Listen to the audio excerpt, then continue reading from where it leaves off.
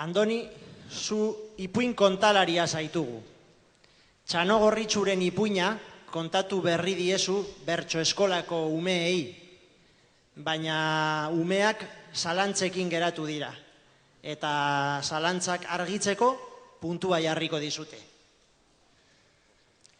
Naroa.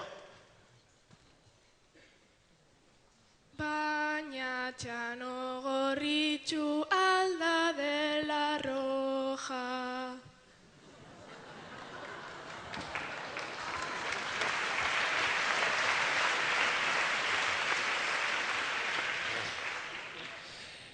Alde hortatik hemen horrein beste keja, ipuina espainolei jarrien bandeja, Txanogorritxu etzen Isabel Pantoja.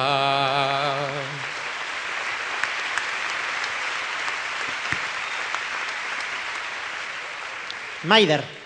Beti ipuin berbera kontatzen diguzu,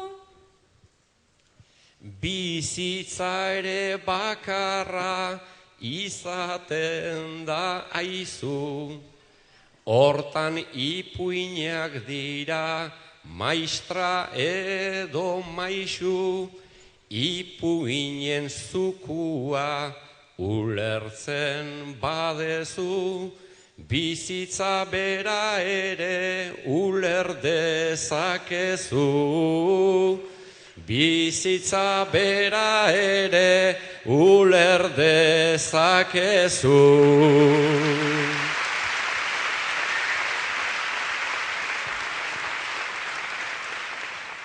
Paule. zer kantatuko zenuke otsoaren hiletan. Otso tankera aldaukat eskuetan hiletan, zer kontaturik ez daukat olako tokietan.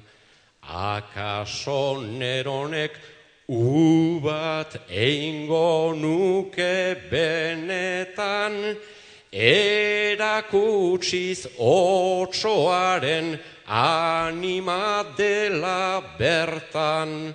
Otsoak nola ez diren bizi ipuinetan, otsoak nola ez diren bizi ipuinetan.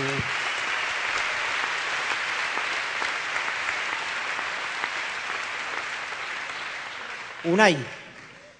Oean zer zara Andoni, otso edo abuelita.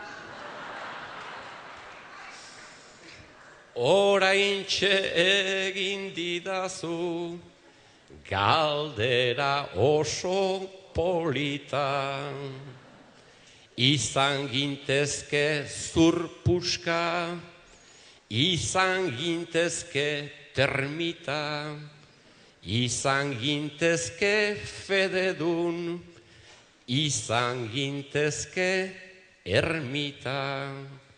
Bietan ikasi oida, ibilita, ibilita, batzutan menpean jarri, ta bestea aztarrika.